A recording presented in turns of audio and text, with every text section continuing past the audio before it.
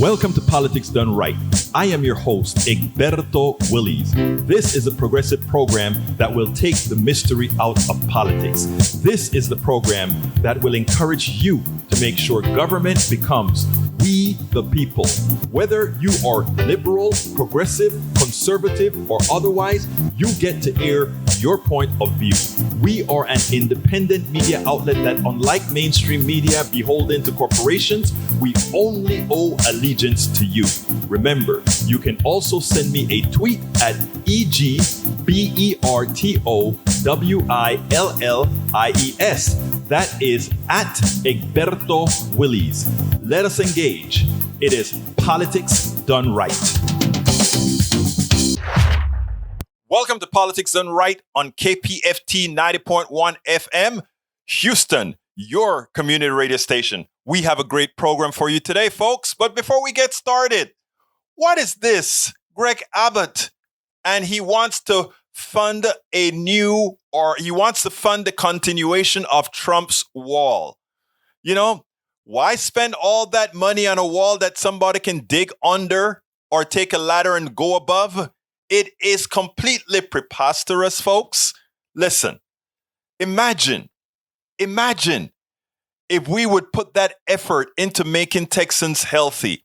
Imagine if we would put that effort into providing insurance for people. Imagine if we would put that effort into educating our kids. Imagine if we were to put that effort into ensuring that Texas starts to lead where it needs to lead, instead of investing money in a static wall that can easily be defeated. It is ridiculous, people. Let's go ahead and try to get some sort of a semblance of sanity in our government. It is time. Aren't we tired of looking silly?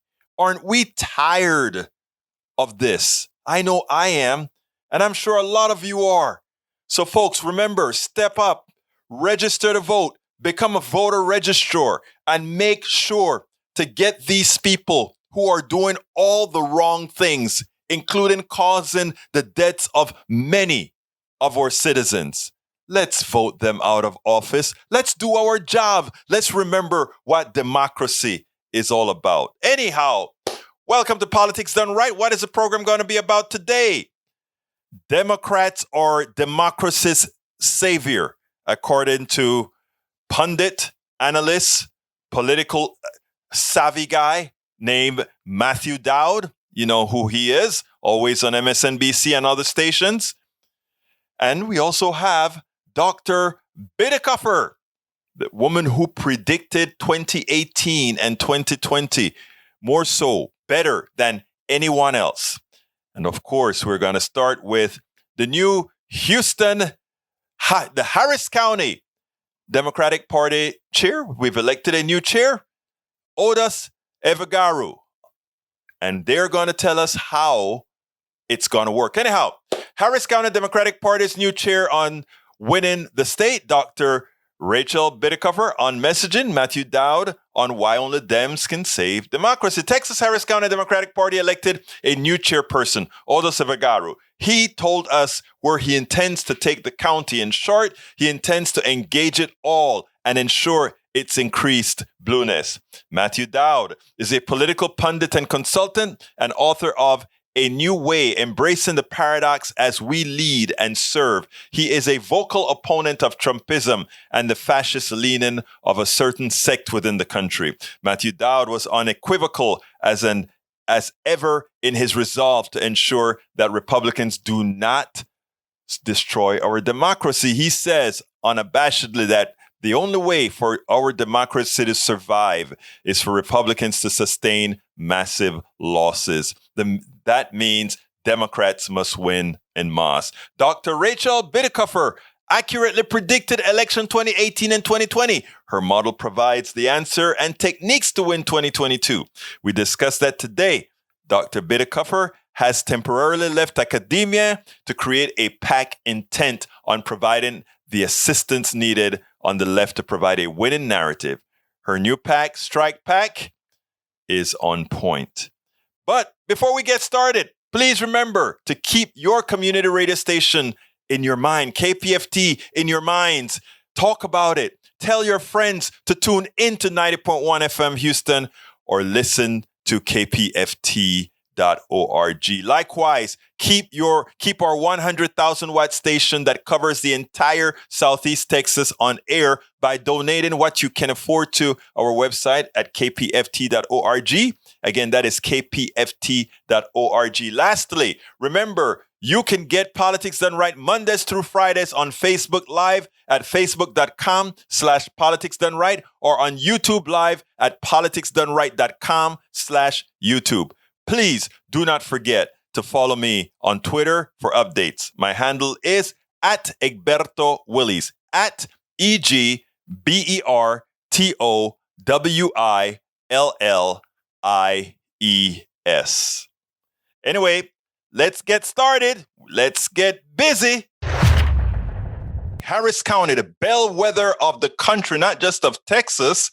It's the most important county in this country, and its leadership matters. And over the last 4 days, Harris County has chosen a new chairman for the Harris County Democratic Party. And we are happy to have today the one and only Odus Evbagharu. Did I get that correctly? Evbagharu. Yeah. Say it for me again. Evbagharu. Evbagharu. Okay, Yeah, so I got it is Odus Evbagharu. Odus, welcome to Politics Done Right. How are you doing today?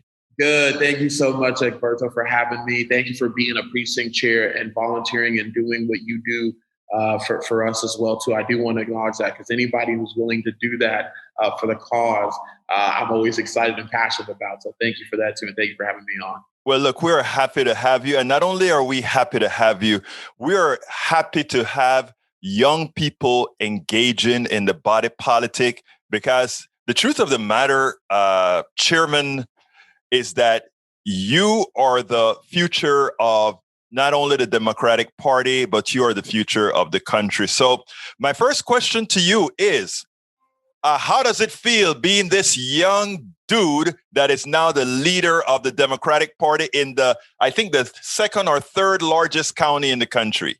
Yeah, third largest county. And if I remember correctly, everyone always says if we were a state, we'd be the 25th largest state in the country. So it's a tremendous honor. And like I said, I have to thank the precinct chairs for electing me this past Sunday and entrusting me with the vision of the party and really entrusting us, because it's going to take all of us. It's going to take work. And so I'm just ready to hit the ground running. That's what I'm excited about, is the work. It's always going to be about the work. It's never going to be about anything else. Doing these interviews with you is great, and other media folks, but it'll mean better in November 2022 when we up the margins in Harris County and we're at the forefront of flipping Texas and getting a statewide seat for a Democrat for the first time since the 90s. Well, let me tell you, Odus, you didn't just win the seat. You won the seat because of your deeds. You won the seat because you've shown your ability to communicate across all platforms. You've shown your ability to communicate across all people, and you've actually served in the Texas legislature as one of the biggest confidants. And I think you were the chairperson for whose campaign?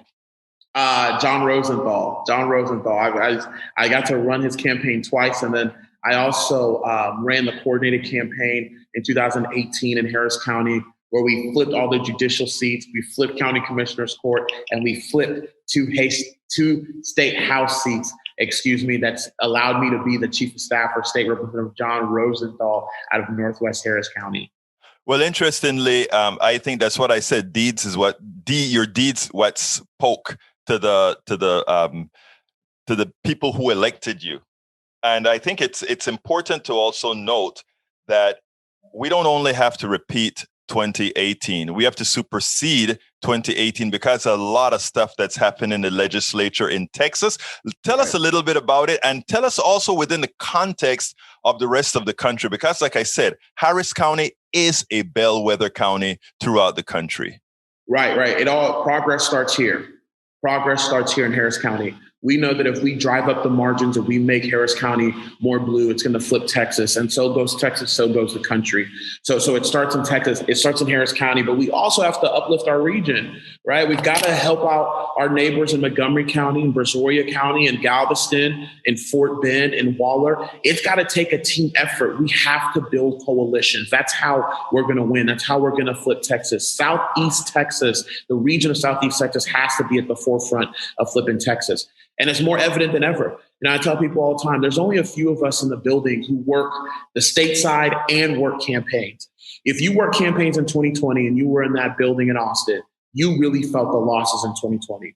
Not having the majority in the state house to block things like permitless carry, to block things like an all-out abortion ban, then dealing with pretty much criminalizing homelessness instead of actually addressing issues like affordable housing, healthcare, economy, and jobs. We did nothing about a grid that saw so many people die during the freeze, and we're about to hit the hottest days of summer we've ever seen, probably in Houston locally.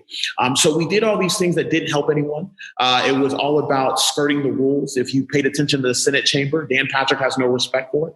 And then it's all about, defunding staff. Right? The House Democratic Caucus walks out on a voter suppression bill that would have hurt so many communities and disenfranchised so many communities even more. And the Democrats saved democracy. They, in fact, saved the Republicans who admitted themselves there was bad provisions in SB 7. What does the governor do to save himself from embarrassment and save the Republican Party from embarrassment? He doesn't thank the Democratic Party. He defunds the legislative staff. This is what we're going up against. We've got to fight. And there's a reason why I put my name in the fray, because we've got to fight. We have to. And we've got to talk about people. We've got to talk about precincts. We've got to talk about policy.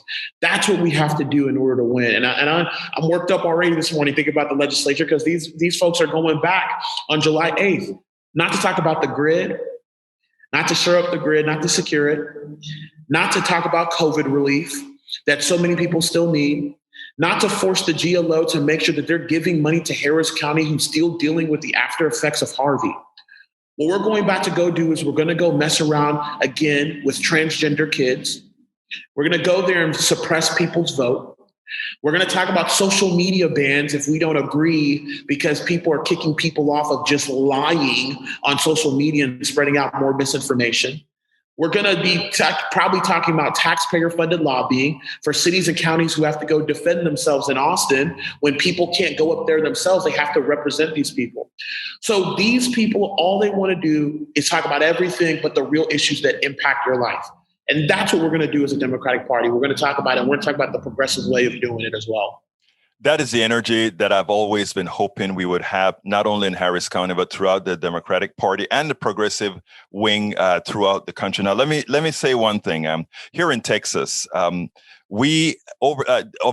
Affordable Care Act is, I think, over 12 years old now. Yeah. And in Texas, we are the state with the least amount of people, the most uninsured people in the entire country.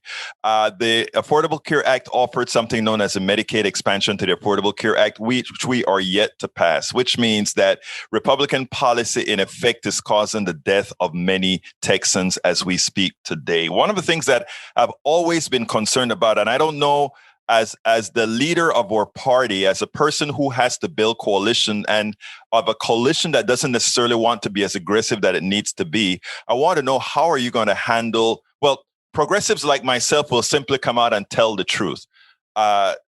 Republicans in our legislature or legislative leaders are effecting the murder of citizens in this country, of Texans. I know you can't quite say it like that. How are you going to push that we get more aggressive in the ills caused by the Republican legislature, Republican politicians that are materially affecting not only Democrats, but all of their Republican voters? No, that's a great question. Number one, we have to be visible. We must be in front of the cameras. We must be articulating a clear message that directly impacts people's lives. And that talks about one of the foundations that I had, one of the platforms that I had for my campaign was policy. campaigning must meet governing. In order for us to be very effective, it has to.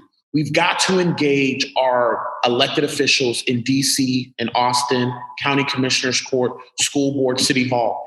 That's how we're going to get stuff done. It has to happen. It can't just be about campaigning. We must impact policy. You know, I say this all the time, and and I love how you talked about the Republicans. If you look at rural Republicans, go look at their voting history inside that building when it comes to Medicaid expansion, just what you're talking about. Hospitals are closing in their districts. People are dying with no insurance, but they continually vote against expanding Medicaid. That's because it's not good enough to just rally and protest. We must do those things. Don't get me wrong. We've got to be in that building. We have to apply consistent pressure on our elected leaders. We have got to be passionate. We've got to fight. And we've also got to talk about issues that directly impact people's lives. Where have we haven't been talking about the economy and jobs, Berta. In fact, if you look at Republican-led legislatures in states that are red, all of a sudden now they're passing referendums that favor $15 minimum wage. That's not a Republican talking point. Right. If you look at some of these states like Oklahoma, they put a referendum to expand Medicaid. That's not a Republican talking point. If you look at the state legislature now, you see some of these Republicans now want to legalize marijuana. Last time I checked, that's not a Republican talking point. Oh, by the way, they also want to tackle criminal justice reform. That's not a Republican talking point. Progressive policies work. What we have to do is we have to do a better job of articulating it and making sure that we aren't playing defense, we're playing offense. We won't be playing defense. I've made that promise to everyone. There's no playing defense in this office. We are going to play offense. I only know one speed, and that's go. There's too many people's lives that are being disenfranchised, marginalized, folks who don't get a seat at the table, who are voiceless. We're going to change that. We're going to change that. We're going to be aggressive about it. Now, Democrats must compromise because of the coalition that we have. And some of the coalitions that we have do have a very moderate, to put it bluntly, a very moderate upper funding class. Yeah. How are you going to present yourself as that glue that allows those people to learn and see that progressive values also favor them? Because in my humble opinion, and it's just my opinion, I feel that a lot of, let's say, our more wealthy Democrats don't quite get that. In fact, to some extent, they're still under they still believe in some of the policies of Reaganomics. Your thoughts? Yeah, so, that's another big part of my platform, right? It's people. It's building coalitions around what I call the DMV, the disenfranchised, marginalized, and voiceless. When we do that, we all win. Building from the bottom up is how we win. It's a beautiful thing to see. Trickle down anything has never worked and never will work. We need to get rid of that state of mind. And so what we have to do is when we go talk to quote unquote the establishment or other folks who've been longtime Democrats, we have to talk to them and say, hey, look, we all got to come to a table and sit down and listen. We must listen to each other. And I know, again, I might get in trouble for saying this, but we, just like you said, it's about telling the truth. That's what people want. When we tell people the truth, they'll listen and they'll rock with you. But I look at like defund the police, right? There's a defund the police part of our party, and there's a non-defund the police part of our party. Could we use a better phrase than defund the police? Sure, absolutely, right? We could do that. But guess what, though, Alberto? You know what Joe Biden did when he got elected president and he took the oath? He terminated private prison contracts with the Department of Justice. Right. You know why that happened? Because of the defund the police movement. Right. What we've got to do as the Democratic Party is that we got to remember the North Star that we're trying to get to, we're all trying to get there. We all believe in the same thing. Because the defund the police folks and the non-defund the police folks, you know what they're trying to do? None of them want to get harassed by police. None of them want to get killed unarmed.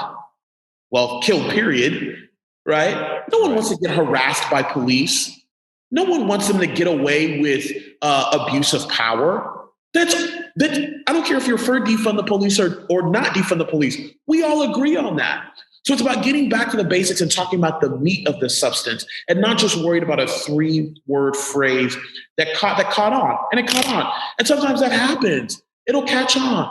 But what we got to get back to is focusing on the real issues, right? How can we make police more accountable? We all want that across the board. Republicans, Democrats, Independents. We all want that. So it's different ways of making sure that we are articulating our message very well, but we are coming to the table and we're listening to each other. And we have to lead by example. And that's what I have to do as well, too. I can't sit here and think that I'm a know-it-all. I cannot do that. When constituents come to us, we have to listen, sit down and listen, have an open and honest conversation. We're not going to please everybody, but what we can do is say, you know what, here's an opportunity here. Here's an opportunity here. Here's another opportunity that we can come together. There's opportunities everywhere for us to come together. It's not just the one. Odus, what would you have liked me to ask you, or what do you want to tell our audience that I didn't ask you or that you want to say? We're going to win. We're going to win. You know, Joe Biden lost the state by 6 points. We barely missed the majority on the state house by 23,000 votes. We're going to win. We need people engaged. We need people to sign up, to volunteer. We need people to give, donate. We can't win campaigns without money. Become a sustaining member. Visit harrisdemocrats.org. Get plugged in.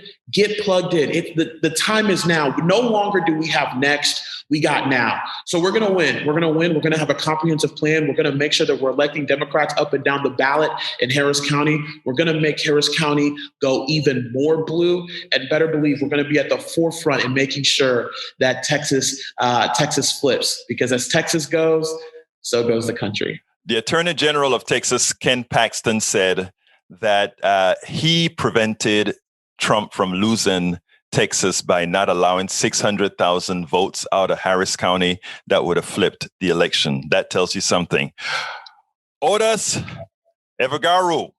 Yes, sir. Thank you so kindly for having been on Politics Done Right, the new chairperson, the new chairman of the Harris County Democratic Party. Thank you so much, Egberto. I'll see you soon. We know the country is in trouble. And let me tell you something. If an independent guy, a guy that went from Democratic to being fed up with the Democrats and decided he's going to be a Republican, and then got fed up after he realized that Republicanism became Trumpism. Folks, Matthew Dowd is a political pundit and consultant and author of A New Way, Embracing the Paradox as We Lead and Serve. He's a vocal opponent of Trumpism and the fascist leaning of a certain sect in this country, something that would likely pull the country down. Matthew, welcome to Politics Done Right. How are you doing today? I'm awesome, man. It's so great to be with you. Let me tell you, I watch you on MSNBC all the time, and I remember in the old days, there were times you would have me pulling my hair out. I don't know if maybe you're responsible for my hair being this way now.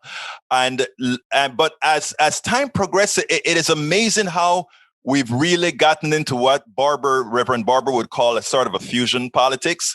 But anyhow, you said on your Twitter, Democrats are the only vehicle today to save the republic. And I must say, when I saw that and when I heard you allude to that on MSNBC, I said, this guy has to be on because he needs to explain that.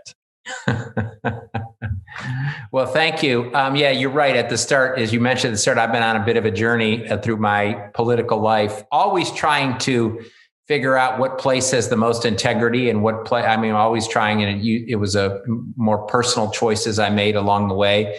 But I have come to the point, I haven't been a Republican in almost 15 years. I think I figured it out earlier than a lot of people did. But the last 5 have been just god awful.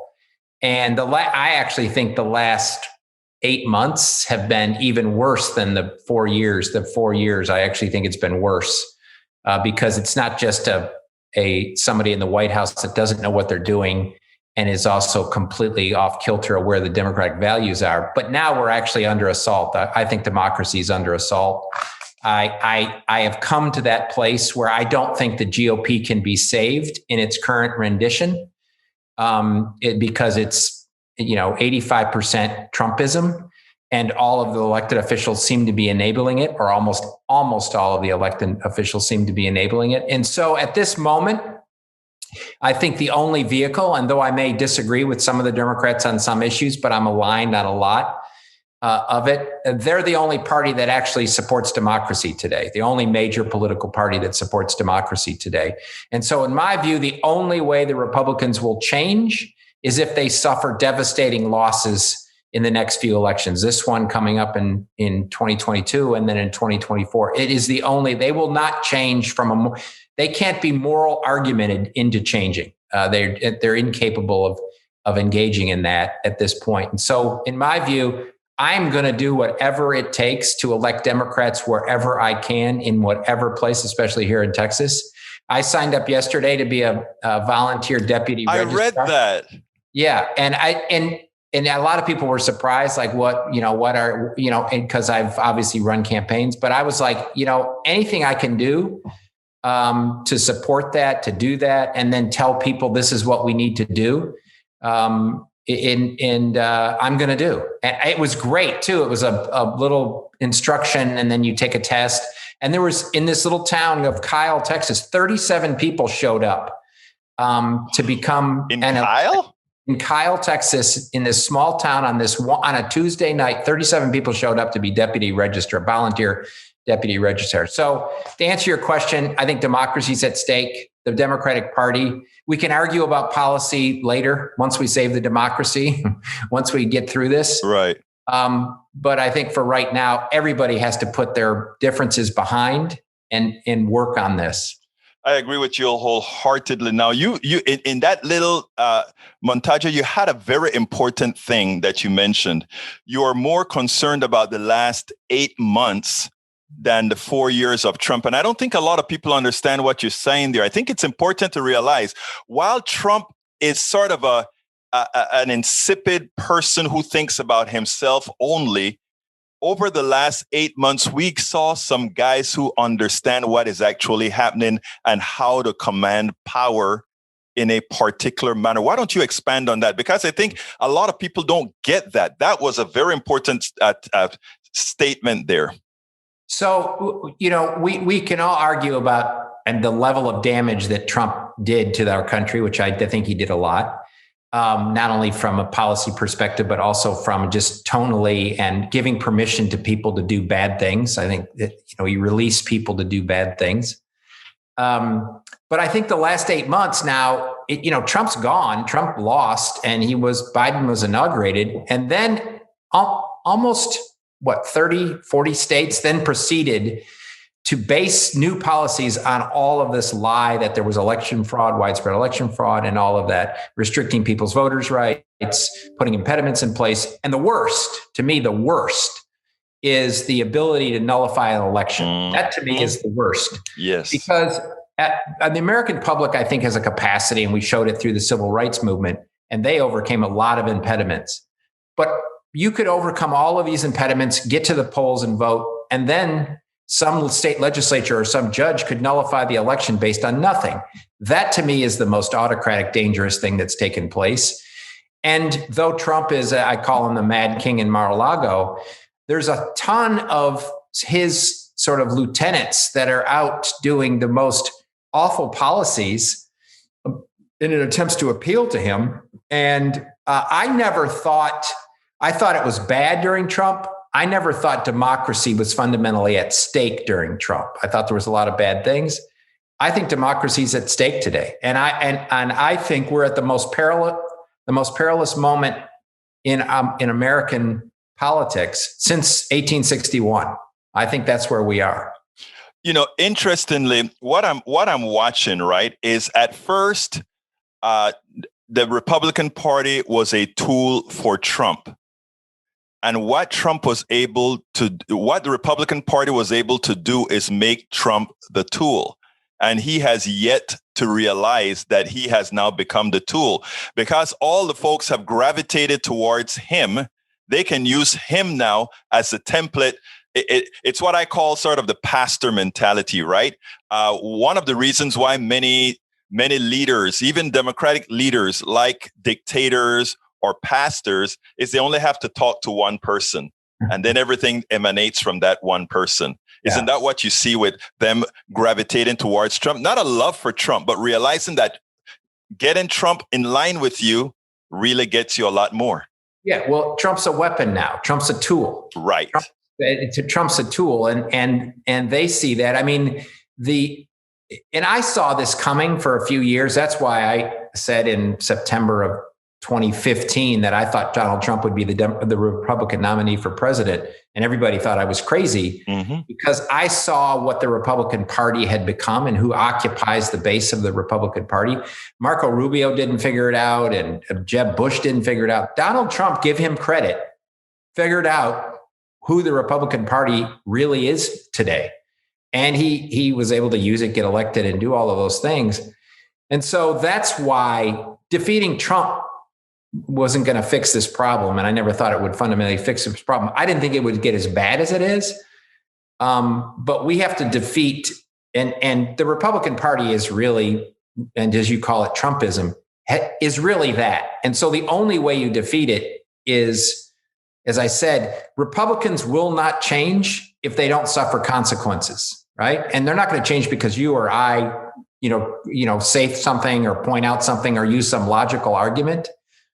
It's going to be up to the voters to rid ourselves of this in a series of elections, and not just one, but in a series of elections. So maybe they'll finally reflect back and say, we got to change, because that's, I think, the only way they will. Okay, let's get a little bit technical here. And I want your wholehearted, honest opinion here.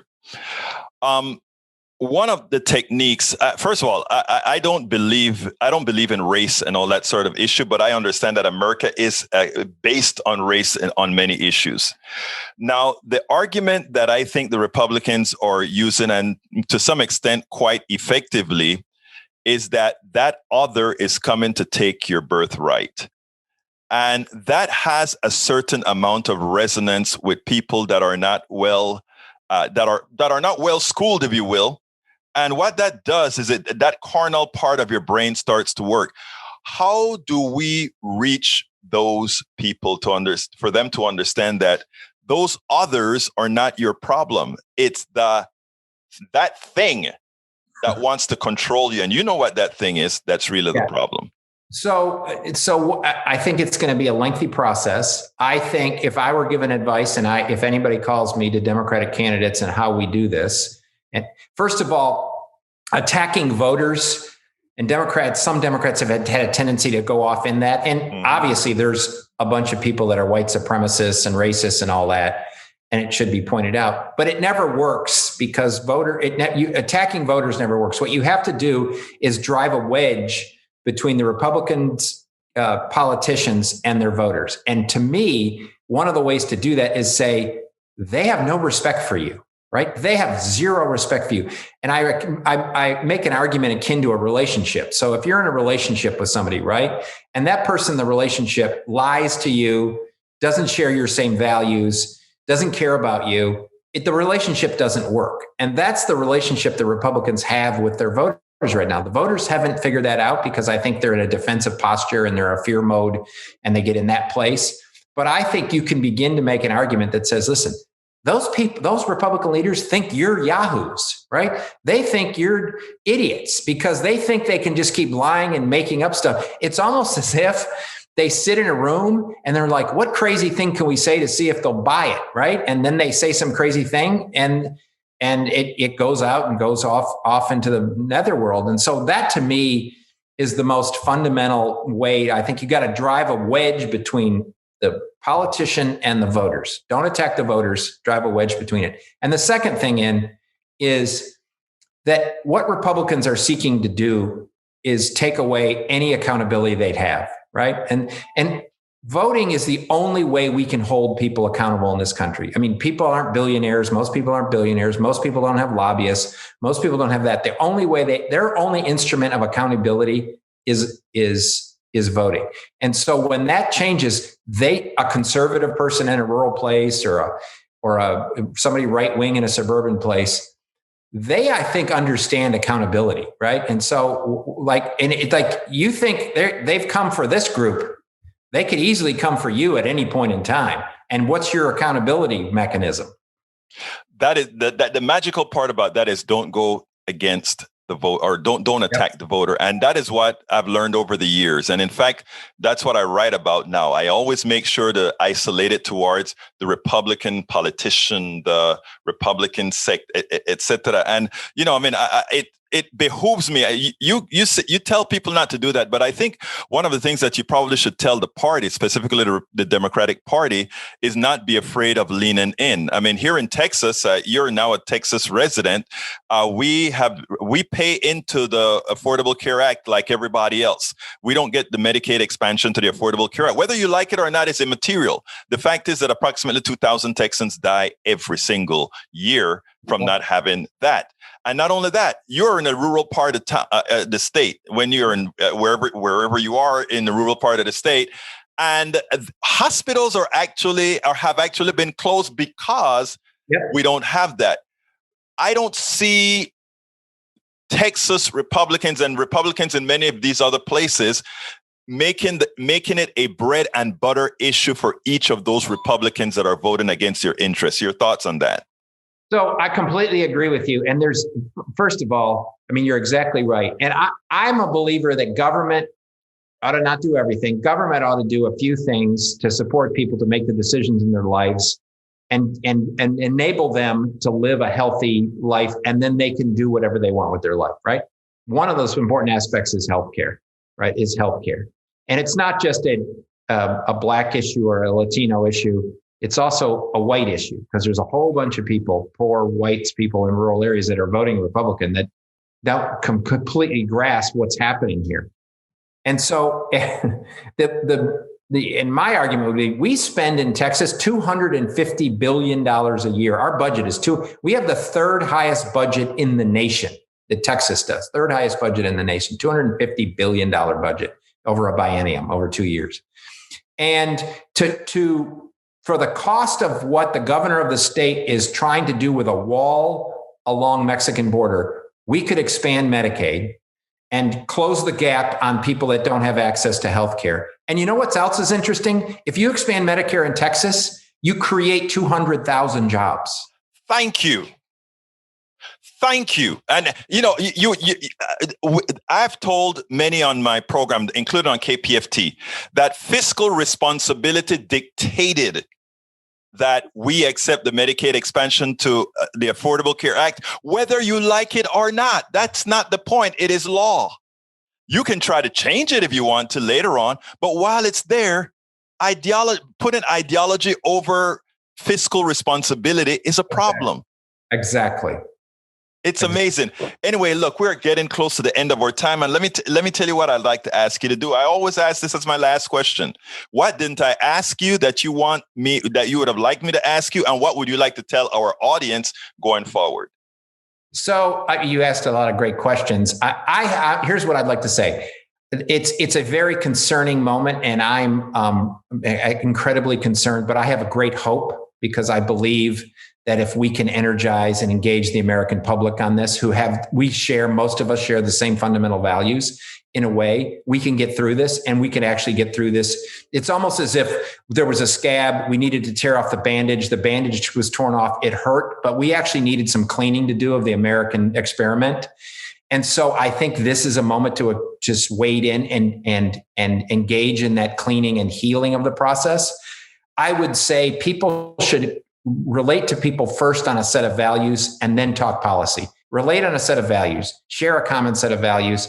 And the other thing I would say I would ask your audience is, this election is going to be more important than the last election. It is going to be way more important than defeating Donald Trump. This next election has to make an attempt at defeating Donald and Trumpism. So people turned out in 2020. Please, please, please engage in 2022. Matthew Dowd, political pundit and consultant and author and new savior of the democracy. Thank you so kindly for having been on Politics Done Right. Part of the team like you are, man. Just part of the team. Thank you very much, Matthew. Thank you. Great to be here. We have a very special guest, Dr. Rachel Bitecofer. This is the woman.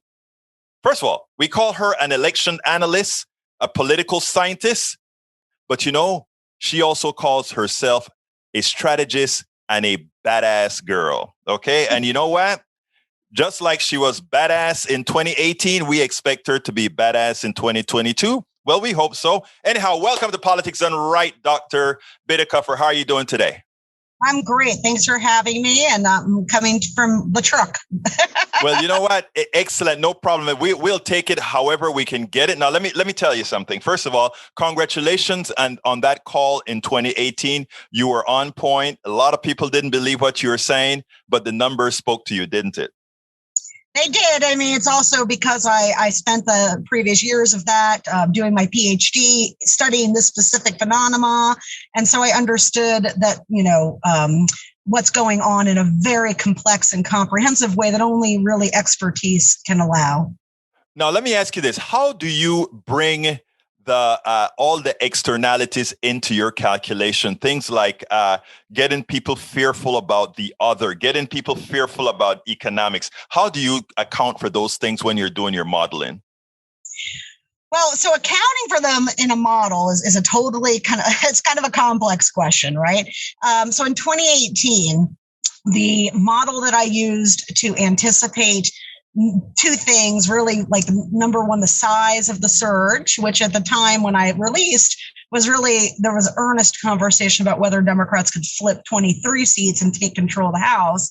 And I was telling people, no, my model says we're going to see this big turnout, coalitional turnout surge, which is independent leaners that vote Democrats, and that it's going to happen in these particular demographic hotspots, right? Places that are urban or suburban, college educated, and or diverse. And so therefore, it wasn't so much that at the end of the day, before the election, people were all in agreement of a large wave. What really is great about my targeting model is that it's understands the realignments that are going on in the electorate, anticipates them, and can tell you where they are. In terms of the actual formal aspect of the model that measures what you asked about, which is this concept of negative partisanship, which is the fear and hate, but a lot of it is fear that people feel towards the other party. On the right, that stuff is very palatable. I mean, that's why they're willing to dismantle democracy. They've been plugged now for 10 years straight with this propaganda that tells them we're the ones destroying democracy. We stole elections, right? I mean, the rhetoric is very intense. And on our side, it was response to Donald Trump. There isn't no intensity to our rhetoric, so it had to be all natural. And as you pointed out, and I'm sure you'll ask in your follow-up, there are changes we need to make in our communication system while still honoring the health of human psychology, but that will allow us to best defend this full frontal assault of democracy that we're now facing. That is prescient. Let me just ask you one thing about 2020. I was surprised about 2020. I wasn't as much surprised as the ballooning on the Democratic side as I was on the Republican side, because had we kept the Hillary Clinton levels, Donald Trump would have won in a landslide. But instead, we, in my opinion, overperformed. I don't know if that was an overperformance with your model or not. How did your model see 2020 compared to 2018 and the performance on both sides? So I put out a forecast. I mean, the first time I talked about the forecast was in January of 2019 in a New York Times op-ed called Why Trump Will Lose in 2020, right? Mm-hmm. And what that was talking about was, look, I had written a book on 2016. I'm not well known, and I'm still not well known, and I'm locked out of the circle of election Twitter because I'm a woman. Right. So people didn't see what I was talking about. But what I was telling people in that New York Times and then in the model I debuted a few months later that formalized that forecast is that in the Midwest, Trump won in basically an accident. Right? I mean, it really took a configuration of different things to come together. Most important, it took progressives who had been inspired by Bernie Sanders and comfortable after 8 years of Obama not feeling a threat to cast protest ballots. I mean, in Wisconsin, it was 6% of the electorate that protested. Okay, so Trump was a plurality president, not just in the terms of the Electoral College national popular vote. He was literally plurality because he would win Michigan, Pennsylvania, Wisconsin, North Carolina, Florida, all of these states by margins that were so narrow they could have been offset by less protest balloting alone, right? And in addition to that, you had a lag in turnout of key groups, especially African Americans, college students, young millennials, and at that time, the front end of the Zoomer generation. Those are things that caught us by surprise and I knew would not be aspects of 2020. So therefore, I was able to really quite accurately tell us not only that Trump would lose, but how specifically he would lose, not just with the three bellwether blue wall states, but also how they would change due to this turnout and also white college educated voters moving away from the GOP. Okay. So, but what did catch me about, and also I'll add this, in 2020, that forecast was based on the assumption of rising turnout for the Republican base too. And I had learned that from the 2018 model, which did not anticipate that Republican turnout would go up over their 2014 midterm turnout, and then got surprised on my Senate predictions because of it. So in 2020, I was telling everybody who would listen to me, hey, the Republican turnout's going to be boss. Okay. It is going up. Ours is going up. And in places where there's more of us, like we'll be okay, Wisconsin, Pennsylvania, Michigan. But like if we don't offset this turnout surge by really stakes framing the election, making it a referendum on Trump and the Republican Party's pandemic management, their refusal to pass pandemic aid, right? Because they were holding the HEROES Act hostage from July on. Like that's what we should frame this election about. And it should be a frame that's carried through the party all the way down to the state legislative elections that are happening.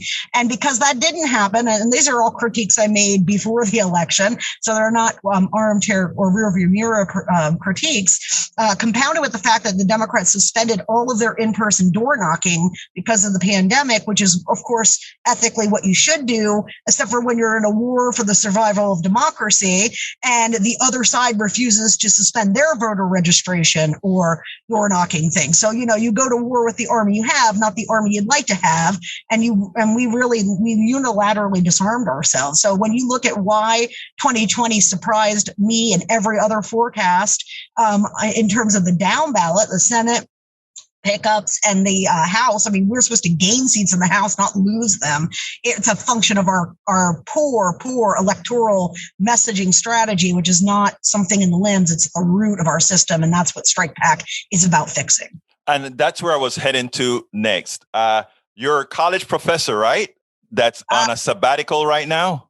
Well, that's a fake sabbatical. I was canceled by the Virginia GOP, pushed out of my university position. So I'm one of the few canceled people from, that you hear about. I mean, the right is much more apt to do canceling. Oh, so do you mean they actually got you kicked out of the university? Yes, they got my tenure. I mean, it's all not official, right? And I left because my tenure wasn't they canceled the tenure conversion process mid-process. But yeah, that's what happened basically. So it's going to be really nice in 2021. In Virginia, it's, we have this new governing trifecta, and the Democrats passed some campaign finance laws here. One of them requires the face of the person who runs the organization that paid for the ad to show up at the end of every Virginia ad and says, Strike PAC sponsored this ad. So they're going to be looking at this mug, dude. So send me money because I want to make them eat it, dude. And you know what? That's what I want to talk about now, because you've decided that you are going to be vocal. And you started a PAC, Strike PAC. And there's something in the Strike PAC that really sings to me because it's what I believe in. You state, democratic messaging has tended to focus on short-term, complex policy issues rather than year-round messaging that appeals to voters' emotions and guts.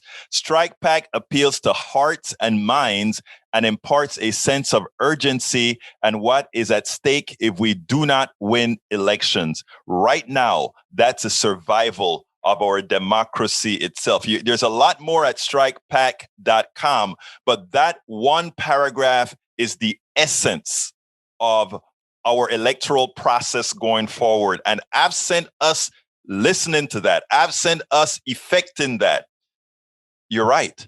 There ain't no democracy. Expand on that for me. Yeah, I'm happy to. And I'm going to kind of take it in an interesting direction, I think, for you, because here's the thing. Like, it's true that we can't get the filibuster overruled, right? Because we got to rely on a 50 vote that comes from West Virginia, which went for Trump for plus 35 points, because it's in my work and my research. I really strongly urge people to read, just not because it's mine, but because it's really informative. It's calculated, yes. And it tells people, we've got these long-term coalitional realignments, and especially white, non-college educated people, and especially men, have been moving to the right because the GOP has been hunting them through their own branding offensive, right? And so Joe Manchin is not electorally incentivized to do anything for us, okay? So you can't pressure him from that direction. And the point is, to full circle it, we wouldn't need to if we just won when we're supposed to win, where we're supposed to win it. The idea that in Maine Senate, they did not make Susan Collins and Donald Trump BFFs and make sure that every voter in that state who is an independent, which is by far the plurality part of the electorate, that Northeast pocket has this weird number of independents, they should have made it impossible for those people to walk into ballot booths and mark Biden Collins, okay? Because that's like, just rule number one. And somebody said to me, I swear to you, I will never say who, said to me, well, it's not our fault. Maine voters just like Susan Collins. What do you mean? Like, because you let them like her. Exactly. That's the magic there, because you let them like her. I love that.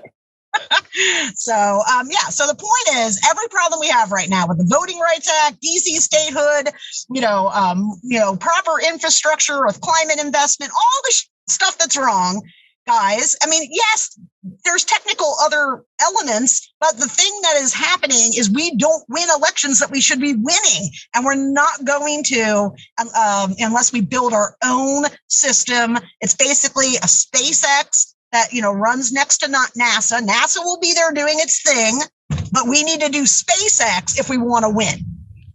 Absolutely. So now let me ask you now first of all, what can people do to help your new project? Because before I ask you the next question, I want folks to understand that there are not enough think tanks and PACs out there that are just sticking to that message as you are with Strike PAC. I hear too much flubbering. I hear too much meandering, not enough to the throat. Talk about it. I mean, there are a couple of places that are doing advertising that's more in the spirit of what I recommend, but there is literally no other place where this strategy is being, amassed and put into place. And people can see kind of elements of it. If they go onto our YouTube, they'll see many sample ads. Each ad is performing a strategic change for the party in its own right. What I will tell people is there's never been a super PAC built by a former political scientist who didn't even finish her degree into 2015. I don't come from money. I don't come from a rich network, although my forecasting work has given me a pretty good media format. I'm not from the electioneering world, right? So this super PAC really is a labor of love. The team that's been working with me have been working predominantly for free. I'm barely paid enough to keep my bills paid. And it's because we know and we understand that with democracy on the line in these next ballots, 2021 in Virginia and now California, because they're hunting Gavin Newsom, and then 2022 everywhere, like this is the line. There is no other second option after 2022.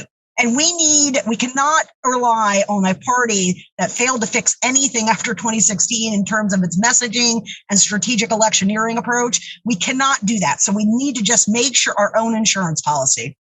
Your work speaks for itself. Your success in forecasting against all the big dudes or the good old boys over the years speak for itself. And I mean, in the last book that I wrote, I said, America is not a meritocracy, because had it been a meritocracy, those with the chops would have frayed to the top.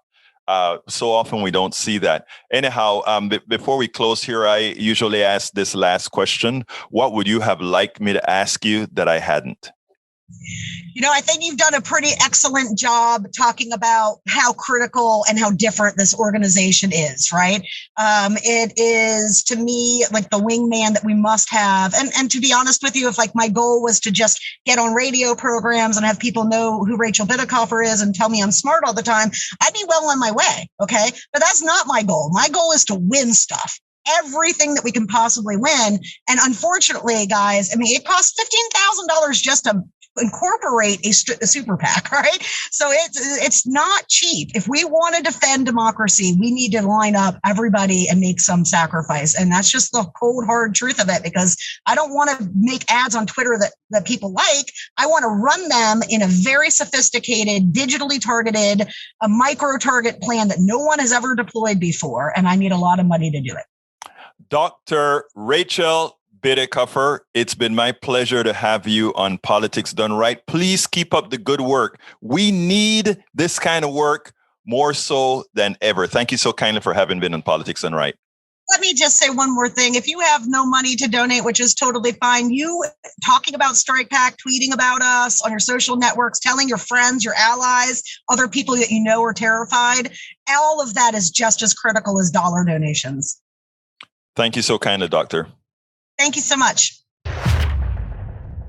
Keep KPFT on your minds. Talk about it. Tell your friends to tune into 90.1 FM Houston or listen at kpft.org. Keep us on air by donating what you can afford at our website, kpft.org. That is kpft.org. Click that donate button. Give us whatever you can. Do remember to say that you're given the gift in the name of Politics Done Right. Remember, you can get Politics Done Right Mondays through Fridays on Facebook Live at facebook.com/Politics Done Right or on YouTube Live at politicsdoneright.com/YouTube. Please do not forget to follow me on Twitter for updates. My handle is at Egberto Willies, at EGBERTOWILLIES. Well, look, I thank you so kindly for being here, listening to the show. Please remember, share it. Let other people know. Share, share, share. That is how we're going to get the message out. Go to our site, kpft.org. Share it as well. Anyhow, my name is Egberto Willies. You know how we're going to get out of here. My name is Egberto Willies. This is Politics Done Right. I am what? Out.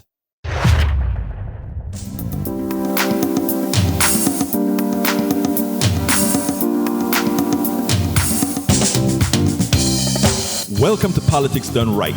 I am your host, Egberto Willies. This is a progressive program that will take the mystery out of politics. This is the program that will encourage you to make sure government becomes we the people. Whether you are liberal, progressive, conservative, or otherwise, you get to air your point of view.